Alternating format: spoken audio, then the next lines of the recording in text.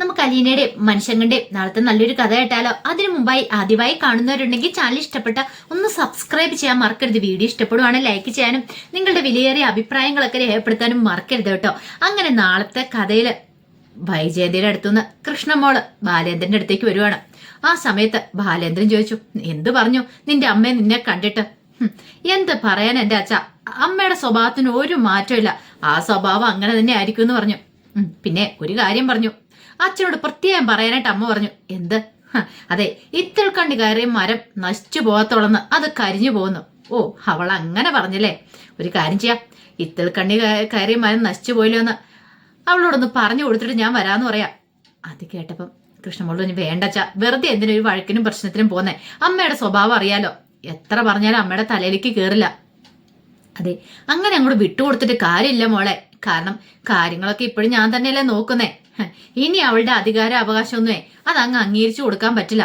അച്ഛാ, അമ്മയോട് വഴക്കടിക്കാൻ പോയിട്ട് അച്ഛന്റെ ആരോഗ്യം വെറുതെ കളയണ്ടാന്ന് പറഞ്ഞു. ആരൊക്കെ പറഞ്ഞാലും അമ്മ കേൾക്കുമെന്ന് തോന്നില്ല, അല്ലെങ്കിലും അമ്മയുടെ ആങ്ങളമാര് പറഞ്ഞാലെങ്കിലും അമ്മ അനുസരിക്കേണ്ടതല്ലേ. അമ്മയുടെ വിചാരം അമ്മയ്ക്ക് ഇപ്പോഴും എഴുന്നേറ്റ് ഓടി നടക്കാന്ന, വയ്യാത്തൊരു അവസ്ഥയിലെങ്കിലും അമ്മ അത് കാണുന്നില്ല എന്ന് പറഞ്ഞു. അപ്പോഴേക്കും ബാലേന്ദ്രൻ പറഞ്ഞു, എന്ത് ചെയ്യാനാ എന്റെ മോളെ, നിന്റെ അത്ര ബുദ്ധിയും വിവരവും വിവേകം പോലും അവൾക്ക് ഇല്ലാതെ പോയല്ലോ. സാരമില്ല, ഞാൻ അവളെ ഒന്ന് കയറി കണ്ട് സംസാരിക്കട്ടെ എന്നൊക്കെ പറഞ്ഞ് ബാലേന്ദ്രൻ അങ്ങോട്ടേക്ക് പോയി. അതേ സമയത്ത് കടപ്പാട്ട് വീട്ടിലേക്ക് ശിവശങ്കരനും ശിവശങ്കരനും രാജീവനും ഒക്കെ വരുവാണ്. അപ്പൊ ആ കൂടെ തന്നെ ബബിതയും രോഹിത്തും ഉണ്ട്. അപ്പം ബബിതയ്ക്കും രോഹിത്തിനും ഒരു ക്ലാസ് ഒക്കെ എടുക്കുന്നുണ്ട്. രാജീവനും ശിവശങ്കരനും അവിടെ ചെല്ലുന്നുള്ള, ഇനി പഴയതുപടി അവിടെ പോയിട്ട് പ്രശ്നങ്ങളൊന്നും ഉണ്ടാക്കാൻ നിൽക്കരുത്, അറിയാലോ. ഇനി അങ്ങനെ പ്രശ്നങ്ങൾ ഉണ്ടാക്കിയിട്ടുണ്ടെങ്കിൽ അവിടെ നിന്ന് ഇറങ്ങേണ്ടതായിട്ട് വരും. പിന്നെ ഇറങ്ങിയിട്ടുണ്ടെങ്കിൽ അധികം നാളൊന്നും ഇനിയിപ്പോ അവിടെ കൊല്ലപ്പള്ളി വീട്ടിൽ വന്ന് നിൽക്കാനായിട്ട് പറ്റില്ല. കമലയാണെങ്കിലും അധികം നാളൊന്നും നോക്കത്തില്ല. ഞാനും രാജീവനും ഒക്കെ 2 ദിവസത്തിനുള്ളിൽ തന്നെ തിരികെ പോകുമെന്ന് പറയണം. ജോലി സ്ഥലത്തേക്ക് പോകണമല്ലോ, പ്രശ്നങ്ങൾ പരിഹരിക്കാനായിട്ട് വന്നാണല്ലോ അവര്. ബബിത ഇനിയിപ്പോ കൊന്നാലും അങ്ങോട്ടേക്ക് പോവില്ലെന്നുള്ള നിലപാടില്ല. കാരണം ബബിതയുടെ വീഡിയോസും കാര്യങ്ങളൊക്കെ ഹരിയുടെ കയ്യിലുണ്ടല്ലോ. ഇവിടെ വന്ന് എന്താണല്ലോ അവനൊന്നും ചെയ്യാൻ പോകുന്നില്ല. പക്ഷേങ്കിൽ അങ്ങോട്ട് ചെന്ന് കയറി കൊടുത്തിട്ടുണ്ടെങ്കിൽ അവൻ അടങ്ങിയിരിക്കില്ല. തൻ്റെ അടുത്തേക്ക് അവൻ വരും. അതൊരു കാരണവശാലും പാടില്ല. തൽക്കാലത്തേക്ക് രക്ഷപ്പെട്ടു. അതുകൊണ്ട് ബബിതയ്ക്ക് അങ്ങോട്ട് പോകുന്നതിനോട് ഒരു താല്പര്യം ഉണ്ടായിരുന്നില്ല. അങ്ങനെ അവര് കടപ്പാട്ട് വീട്ടിലേക്ക് വരുവാണ്. ആദ്യം ബബിതയും കൃഷ്ണയും കൂടെ, ബബിതയും രോഹിത്തും കൂടെ ബാഗൊക്കെ എടുത്തോണ്ട് കയറി വരുക. കോളുമ്പിൽ അടിച്ചു കഴിഞ്ഞപ്പോഴത്തേനും അലീന വന്നു കഥ തുറന്നു. അലീനെ ഒന്നും നോക്കിയിട്ട് മൈൻഡ് ചെയ്ത 2 പേരും കൂടെ അങ്ങോട്ട് അകത്തേക്ക് കയറിപ്പോയി. അവരവരുടെ മുറിയിലേക്ക് പോവാണ്. അലീന ഒന്നും മിണ്ടാനും പോയില്ല. അല്ലെങ്കിൽ എന്ത് പറയാനാ, എന്തെങ്കിലും പറഞ്ഞിട്ടുണ്ടെങ്കിൽ പിന്നെ അത് മതി, രോഹിത്തിന്റെയും ബബിതയുടെയും വായിരിക്കുന്ന മൊത്തം കേൾക്കേണ്ടി വരും. എന്റെ വീടല്ലേടി, നീ എന്താടി ഇങ്ങനെയൊക്കെ പറയണമെന്ന് ചോദിച്ചാൽ തീർന്നു. പക്ഷെ അലീനയ്ക്ക് സന്തോഷം ഉണ്ടായിരുന്നു അവരിങ്ങ് തിരികെ വന്നതില്. കൊല്ലപ്പള്ളി വീട്ടിലാണ് ഇങ്ങനെ എന്തെന്നും പറയാൻ പറ്റില്ല. പോരാത്തിന് ഹരിയുടെ സ്വഭാവമൊക്കെ നന്നായിട്ട് അലീനയ്ക്ക് അറിയാവുന്ന. അവന്റെ അടുത്തേക്ക് പോയിട്ടുണ്ടെങ്കിൽ ആ വീട്ടിൽ പോയി താമസിച്ച ബബിതയ്ക്ക് പോലും ഒരു സേഫ്റ്റി ഇല്ലെന്നുള്ള കാര്യം അലീനയ്ക്ക് നല്ല വ്യക്തമായിട്ട് അറിയായിരുന്നു. അപ്പോഴേക്കും രാജീവനും ശിവശങ്കരനും അങ്ങോട്ട് വന്നു. പിന്നീട് അവർ ചോദിച്ചു, അല്ല ബാലേന്ദ്രനൊന്നും ഇല്ലെന്ന് ചോദിച്ചു. അച്ഛന് ഹോസ്പിറ്റലിലേക്ക് പോയതാ, കൂടെ കൃഷ്ണമോളും പോയി. ഇന്ന് കൃഷ്ണയ്ക്ക് ലീവാണല്ലോ എന്ന് പറയണം. ഓ ശരി, കയറിയിരിക്കാനൊക്കെ പറയാണ്. അങ്ങനെ ഇരുന്ന് കഴിഞ്ഞപ്പോഴത്തേനും അലീന പറഞ്ഞു, ഞാൻ പോയി കുടിക്കാൻ എടുത്തോണ്ട് വരാന്ന് പറഞ്ഞു. അപ്പോഴേക്കും രാജീവൻ പറഞ്ഞു, അവിടെ നിൽക്കുക, ഞങ്ങൾക്ക് നിന്നോട് കുറച്ച് സംസാരിക്കാനുണ്ടെന്ന് പറഞ്ഞു. അത് കേട്ടപ്പോൾ അലീന ചോദിച്ചു, എന്താ? അല്ല, ഇവിടുന്ന് ബബിതയും രോഹിതും കൂടെ അങ്ങോട്ടേക്ക് വന്നല്ലോ. അതെ, അവരതേപടി തന്നെ ഇവിടെ കൊണ്ടുവന്ന് ഞങ്ങൾ ആക്കിയിട്ടുണ്ട്. കാരണം അവരവിടെ നിൽക്കേണ്ടവരല്ല, അവർ ഈ വീട്ടിൽ നിൽക്കേണ്ടവരാന്ന് പറഞ്ഞു. അലീന പറഞ്ഞു, അതിനാരും അവരെ ഇവിടുന്ന് ഇറക്കി വിട്ടൊന്നും അല്ലല്ലോ. അത് കേട്ടപ്പോൾ ശിവശങ്കരൻ പറഞ്ഞു, ആ സമയത്ത് എൻ്റെ തെറ്റ്, കാരണം ഞാൻ അങ്ങനെ ഒരിക്കലും ചെയ്യാൻ പാടില്ലായിരുന്നു. ഞാൻ ചെയ്തൊരു തെറ്റ് മൂലമാണ് അങ്ങനെയൊക്കെ സംഭവിച്ചേ.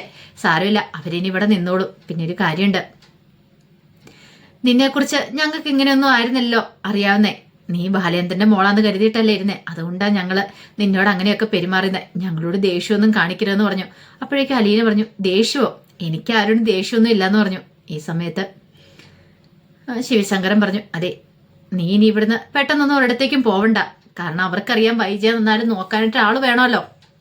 പിന്നെ നിന്റെ കാര്യങ്ങളൊന്നും വൈജയ്ക്കെതിരായിട്ടും അറിയത്തുമില്ല, നീയായിട്ട് അത് പറയാനൊന്നും പോവരെന്ന് പറഞ്ഞു. അപ്പോഴേക്കും അലീന പറഞ്ഞു, ഇതിനെക്കുറിച്ച് നമ്മൾ ഒരിക്കൽ സംസാരിച്ചാണല്ലോ, ഞാനായിട്ട് എന്താണെങ്കിലും അമ്മയോട് ഇതിനെക്കുറിച്ച് പറയാൻ പോകുന്നില്ല. അമ്മ എൻ്റെ നാവിൽ നിന്ന് ഈ കാര്യങ്ങളൊന്നും അറിയാനും പോകുന്നില്ല. അപ്പോഴേക്കും രാജീവൻ പറഞ്ഞു, പിന്നെ കുറച്ച് കാര്യങ്ങളൊക്കെ ഉണ്ട്, എല്ലാം ഒന്ന് റെഡിയായിട്ട് പറഞ്ഞെങ്കിൽ ഇച്ചിരി താമസം പിടിക്കും, അറിയാലോ.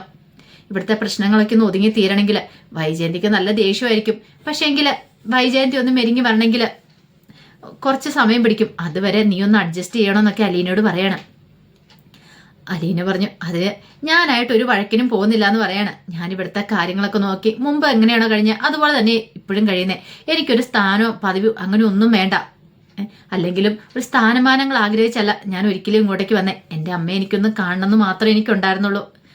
കാണുകയും ചെയ്തു. അത് കേട്ടതും രാജീവൻ പറഞ്ഞു, എനിക്കറിയാം നിന്റെ അവസ്ഥ എന്താണെന്നറിയാം. പിന്നെ ഭവിതേനും രോഹിത്തിനും ഒക്കെ നല്ല രീതിയിൽ തന്നെ നോക്കണമെങ്കിൽ നിന്നെ കൊണ്ടാ സാധിക്കുള്ളൂ.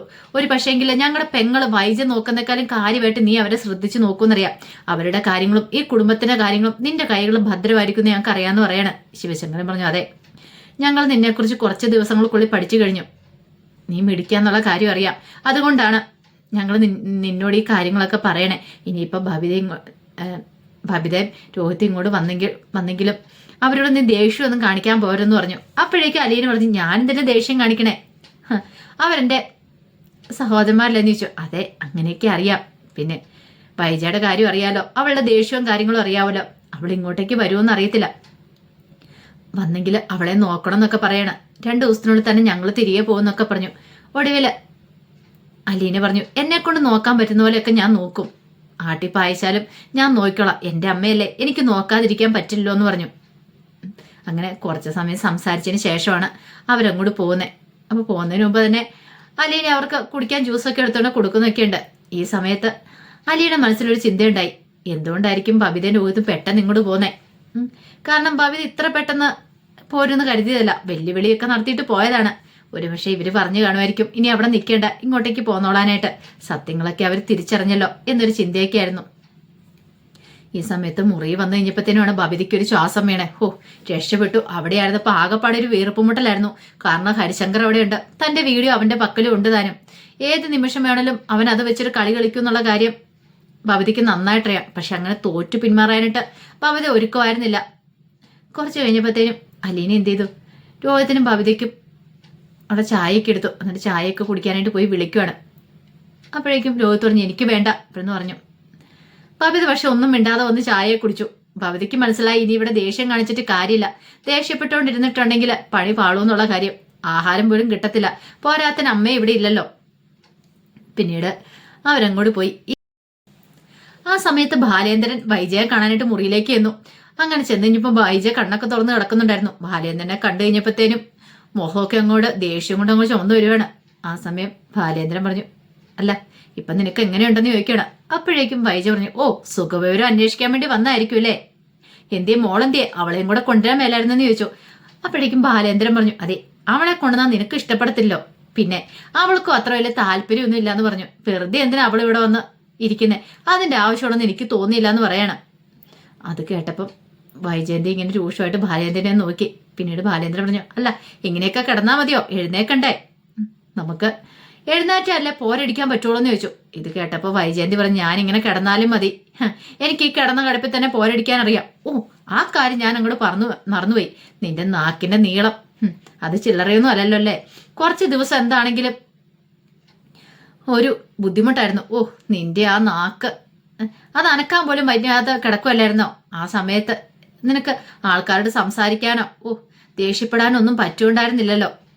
ഇത് കേട്ടുകഴിഞ്ഞപ്പം വൈജയന്തി രൂക്ഷമായിട്ട് നോക്കിട്ടോ, നിങ്ങൾ കളിയാക്കൊന്നും വേണ്ടെന്ന് പറയണം. അത് കേട്ടപ്പോൾ ബാലേന്ദ്രൻ പറഞ്ഞു, കളിയാക്കാനോ ഞാനോ? അത് നിന്നെയോ? കളിയാക്കിയതുകൊണ്ട് എന്തേലും പ്രയോജനം ഉണ്ടോ വൈജയ്? ഇപ്പൊ നാക്ക് ഇത്തിരി പൊങ്ങൊന്നായി കഴിഞ്ഞപ്പോ നീ വീണ്ടും തുടങ്ങിയില്ലേ? അത് കേട്ടുകഴിഞ്ഞപ്പോ വൈജ പറഞ്ഞു, നിങ്ങൾ കൂടുതൽ എന്നോടൊന്നും പറയണ്ട, നിങ്ങളെ കാണാൻ പോലും എനിക്ക് താല്പര്യമില്ല എന്ന് പറയണം. അപ്പോഴേക്കും ബാലേന്ദ്രൻ പറഞ്ഞു, അങ്ങനെ പറഞ്ഞിട്ട് കാര്യമില്ല, നീ അങ്ങോട്ടേക്ക് വരണം, നമുക്ക് അവിടെ പോരടിക്കണ്ടേന്ന് പറയണം. അങ്ങോട്ടേക്ക് വരാനോ? നിങ്ങളുടെ മകളും നിങ്ങളൊക്കെ താമസിക്കുന്നിടത്തേക്കോ? അങ്ങോട്ടേക്ക് വരാൻ എന്നെ കിട്ടത്തില്ല എന്ന് പറയണം. ഇത് കേട്ടപ്പോ ബാലേന്ദ്രൻ പറഞ്ഞു, അങ്ങോട്ടേക്ക് വന്നില്ല പിന്നെ നീ എങ്ങോട്ട് പോകും? കൊല്ലപ്പള്ളിയിലേക്ക് പോവോ? അവിടെ ചെന്നാ നിന്നെ കമലെടുത്ത് നോക്കൂന്ന് നിനക്ക് തോന്നുന്നുണ്ടോ? അത് ഞാൻ എന്തേലും ചെയ്താളാന്ന് പറഞ്ഞു. അങ്ങനെ പറയരുത് വൈജയ്, നീ വരണം, നിന്റെ മക്കളൊക്കെ അവിടെയല്ലേ, കടപ്പാട്ടൊരു വീട്ടിലല്ലേ മക്കളൊക്കെ ഉള്ളത്. നിനക്ക് എത്ര മക്കളോട് നിനക്ക് അറിയാവുന്ന ചോദിച്ചു. അത് കേട്ടപ്പം വൈജയന്റെ ഇങ്ങനെ ബാലേന്ദ്രനെ രൂക്ഷമായിട്ടൊന്ന് നോക്കുകയാണ്. എന്താ വൈജയ്, നിനക്ക് ഉത്തരം മുട്ടിയോന്ന് ചോദിച്ചു. ഇപ്പൊ നിനക്ക് 4 മക്കളുണ്ട്. 4 മക്കളോ? പിന്നല്ലാതെ. അലീന എന്റെ മകളല്ലേ, അപ്പൊ എന്റെ മകളാകുമ്പം അത് നിന്റെയും കൂടെ മകളല്ലേന്ന് ചോദിച്ചു. ഇത് കേട്ട് കഴിഞ്ഞപ്പോ വൈജയന്തി പറഞ്ഞു, എനിക്ക് വയ്യാന്ന് കരുതിയിട്ട് എന്ത് പറയാന്നാവല്ലോ കേട്ടോ. ഒരു കാര്യം ഞാൻ പറഞ്ഞേക്കാം, എല്ലാ കാലത്തും ഞാൻ ഇങ്ങനെ കിടക്കില്ല. ഞാൻ എഴുന്നേക്കുന്ന ഒരു സമയം വരും. ആ സമയത്ത് ഞാൻ അവളെ വീട്ടിൽ നിന്ന് അടിച്ചിറക്കുമെന്ന് പറയണം. അത് കേട്ടപ്പോ ബാലേന്ദ്രൻ പറഞ്ഞു, നിനക്ക് അതിനുള്ള ചങ്കൂറ്റം ഉണ്ടോ? അന്നാ അതൊന്ന് കണ്ടിട്ട് തന്നെ കാര്യം. എന്താണെങ്കിലും ഇനി ഈ കിടപ്പിൽ നിന്ന് എഴുന്നേക്കാനായിട്ട് കുറച്ച് ദിവസങ്ങൾ പിടിക്കും. നീ കിടപ്പിൽ നിന്ന് എഴുന്നേറ്റ് കഴിഞ്ഞിട്ട് വാ, നമുക്ക് നോക്കാം എന്താ ഏതാ എങ്ങനെയാന്ന്. അവളെ അടിച്ചിറക്കുവോ അതോ നീയാണോ പുറത്തേക്ക് പോകുന്നതെന്നൊക്കെ നമുക്കറിയാന്ന് പറയണം. ഇത്രയൊക്കെ ആയിട്ടും നീ ഒരു പാഠം പഠിച്ചില്ലല്ലേ? ഞാൻ കരുതി ഇങ്ങനെ വയ്യാതെ കിടക്കണ സമയത്ത് ഇച്ചിരെങ്കിലും മനമാറ്റം ഉണ്ടാവുമെന്ന്. എത്ര കിട്ടിയാലും നീ പഠിക്കില്ലല്ലേ? അപ്പോഴേക്കും വൈജയന്തി പറഞ്ഞു, എന്റെ മനസ്സ് മാറണമെങ്കിൽ ഞാൻ മരിക്കണമെന്ന് പറയണം. അലീന എന്ന് പറയുന്നവളെ ഞാൻ അംഗീകരിക്കണമെങ്കിൽ ഞാനും മരിക്കണം. അല്ലാതെ ഒരു കാരണവശാലും നിങ്ങളെ മകളെ ഞാൻ അംഗീകരിക്കാൻ പോകുന്നില്ല. കണ്ട തെരുവേശിക്കുണ്ടായവളെയൊക്കെ ഞാൻ അംഗീകരിക്കാൻ പോവല്ലേ എന്നൊക്കെ പറഞ്ഞു. അത് കേട്ടപ്പോൾ ബാലേന്ദ്രൻ ഒരു ചിരിയായിരുന്നു. എങ്ങനെ ചിരിക്കാതിരിക്കും? കാരണം സ്വന്തം മോളെ കുറിച്ചാണ് വൈജയന്തി ഇങ്ങനെ പറഞ്ഞുകൊണ്ടിരിക്കുന്നത്. അപ്പോഴേക്കും വൈജയന്തി പറഞ്ഞു, നിങ്ങൾ അത്ര അട്ടഹസിക്കൊന്നും വേണ്ട. എന്നെ തോൽപ്പിച്ചതിന്റെ ഭാവം നിങ്ങൾക്കുണ്ടെങ്കിൽ അത് വെറുതെയാന്ന് പറയണം. അപ്പോഴേക്കും ബാലേന്ദ്രൻ പറഞ്ഞു, നിന്നെ തോൽപ്പിക്കാനോ? ഇനി എന്ത് തോൽപ്പിക്കാനായിട്ടാ? നീ ഓൾറെഡി തോറ്റൊരു വ്യക്തിയല്ലേ വൈജയ്. എന്നാ ശരി എന്നൊക്കെ പറഞ്ഞിട്ട് ബാലേന്ദ്രൻ അങ്ങോട്ടേക്ക് ഇറങ്ങിപ്പോയി. വൈജയന്തിക്ക് നല്ല ദേഷ്യം വരുന്നു. എന്ത് ചെയ്യണമെന്ന് പോലും അറിയത്തില്ല. അങ്ങനെ ബാലേന്ദ്രനും കൃഷ്ണമോളും കൂടെ വീട്ടിലേക്ക് പോയി. കുറെ സമയം കഴിഞ്ഞപ്പോഴത്തേനുമാണ് രാജീവിന് ശിവശങ്കരനും ഹോസ്പിറ്റലിലേക്ക് വരുന്നത്. അങ്ങനെ അവർ വന്ന് വൈജയെ കാണുവാണ്. വൈജയെ കാണുന്ന സമയത്ത് വൈജയോട് കാര്യങ്ങളൊക്കെ സംസാരിക്കുന്നുണ്ട്. ഇനിയിപ്പോൾ അധികം വൈകാതെ തന്നെ ഡിസ്ചാർജ് ആവും. ഡിസ്ചാർജ് ആയി കഴിഞ്ഞിട്ടുണ്ടെങ്കിൽ നിന്റെ തീരുമാനം എന്താണെന്ന് ശിവശങ്കരൻ ചോദിച്ചു. അപ്പോഴേക്കും വൈജയന്തി പറഞ്ഞു, എന്താണെങ്കിലും കടപ്പാട്ട് വീട്ടിലേക്ക് ഞാനില്ലാന്ന് പറയണം. രാജീവൻ ചോദിച്ചു, പിന്നെ എങ്ങോട്ട് പോകാനാ? എന്താ, എനിക്ക് വീടില്ലേ, തറവാടല്ലേ കൊല്ലപ്പള്ളിയിൽ. ശിവശങ്കരൻ ചോദിച്ചു, കൊല്ലപ്പള്ളി വന്നിട്ടുണ്ടെങ്കിൽ നിന്നെ ആര് നോക്കാനായിട്ടാ? കമൽ നോക്കുമെന്ന് നിനക്ക് തോന്നുന്നുണ്ടോ? അല്ലെ കമലടുത്ത് നോക്കുമെന്ന് വിചാരിക്കുന്നില്ല ഞാൻ. എൻ്റെ അമ്മയുണ്ടല്ലോ അവിടെ. ആ ബെസ്റ്റ്. എഴുന്നേറ്റ് നടക്കാൻ പറ്റാത്ത അമ്മ നോക്കുവോ? സാരമില്ല, ഞാനൊരു ഹോം നേഴ്സിനെ നിർത്തിക്കോളാം. അപ്പോഴേക്കും രാജീവൻ പറഞ്ഞു, വൈജയ്, നിന്റെ ഇപ്പോഴത്തെ ഈ അവസ്ഥയിൽ നിന്നെ നന്നായിട്ട് നോക്കാൻ പറ്റുന്ന ഒരാളുണ്ട്. അത് അലീനയാണ്. അവൾ നല്ല ഭംഗിക്ക് നിന്നെ നോക്കും. നീ കടപ്പാട്ടൂർക്ക് പോയാൽ മതി. അവിടെ ചെല്ലുവാണെങ്കിൽ പ്രശ്നങ്ങളൊക്കെ മാറും. പിന്നെ അലീനയോട് വെറുതെ ദേഷ്യം വെച്ച് പുറത്തേണ്ട കാര്യമില്ല. ബാലേന്ദ്രന്റെ മോളാ. ആ പരിഗണന കൊടുത്താൽ മതി. ആ കുട്ടി ഒരു പാവമാണ്, നമ്മൾ ഉദ്ദേശിക്കുന്ന പോലെ ഒന്നും അല്ലാന്ന് പറഞ്ഞു. അതുകൂടെ കേട്ട് കഴിഞ്ഞപ്പോൾ വൈജയന്തിക്ക് ഭയങ്കര ദേഷ്യമായി. ഓഹോ, അപ്പം നിങ്ങൾ എല്ലാവരും കൂടെ ഒത്തോണ്ടല്ലേ? എനിക്കറിയായിരുന്നു ഇത് ഇങ്ങനെയൊക്കെ സംഭവിക്കുള്ളെന്ന്. ഇപ്പം നിങ്ങളെല്ലാവരും അലീനയുടെ ഭക്ഷമായി, ഞാൻ ഒറ്റയ്ക്കായി. ഞാൻ ഒറ്റയ്ക്ക് മതി, എനിക്ക് ഒറ്റയ്ക്ക് പോരാടാനായിട്ട് അറിയാം. അല്ലെങ്കിൽ നിങ്ങളെ ആരെയും കണ്ടിട്ടില്ല എന്നൊക്കെ പറഞ്ഞുകൊണ്ട് വൈജയന്തി ഭയങ്കരമായിട്ട് കിടന്ന് ദേഷ്യപ്പെടുവാണ്. രാജീവനും ശിവശങ്കരനും മനസ്സിലായി, എത്ര കിട്ടിയാലും പഠിക്കില്ല. ഇനിയിപ്പം വരുന്നതൊക്കെ മേടിച്ചു കൂട്ടട്ടെ, അല്ലാതെ ഇപ്പം എന്ത് ചെയ്യാനാ? പറയാവുന്നതൊക്കെ പറഞ്ഞു കൊടുത്തു നല്ല രീതിയിൽ. ഇനിയിപ്പോൾ അനുഭവിച്ചാലേ പഠിക്കുള്ളൂ. അങ്ങനെ കുറച്ച് സമയം സംസാരിച്ചിട്ട് ശിവശങ്കരൻ പറഞ്ഞു, ഞങ്ങൾ അടുത്ത ദിവസം പോകുകയാണ്. ഇനിയിപ്പോൾ ഓടി വരാനൊന്നും പറ്റില്ല, പെട്ടെന്നൊന്നും ലീവ് എടുക്കാൻ പറ്റില്ലെന്ന് പറഞ്ഞു. രാജീവിനും എനിക്കും ജോലിയുള്ളെന്നുള്ള കാര്യം നിനക്കറിയാലോ. നീ ഇവിടെ നിന്ന് വിളിച്ചിട്ടുണ്ടെങ്കിൽ ദുബായിൽ നിന്ന് സിംഗപ്പൂരിൽ നിന്ന് ഓടി വരാൻ പറ്റുന്ന കാര്യമൊന്നുമല്ല. അതുകൊണ്ട് എന്താന്ന് വെച്ചാൽ വേണ്ടതുപോലെ ചെയ്യുക. ബാലേന്ദ്രൻ പറഞ്ഞ അനുസരിച്ച് മുന്നോട്ട് പോവുകയാണെങ്കിൽ നിനക്കൊരു പ്രശ്നങ്ങളും ഉണ്ടാകുന്നില്ല. എത്രയും പെട്ടെന്ന് തന്നെ നിനക്ക് ജീവിതത്തിലേക്ക് മടങ്ങി വരാൻ പറ്റും. അല്ലെങ്കിൽ പിന്നെ നിന്റെ ഇഷ്ടം എന്താണെന്ന് ചെയ്യുക. അങ്ങനെയൊക്കെ പറഞ്ഞിട്ട് അവരിറങ്ങുവാണ്. ഇതെല്ലാം കൂടെ കേട്ടിഞ്ഞപ്പോൾ വൈജയന്തിക്ക് ആ പടം ഭ്രാന്ത് പിടിക്കുന്നവർ തോന്നി.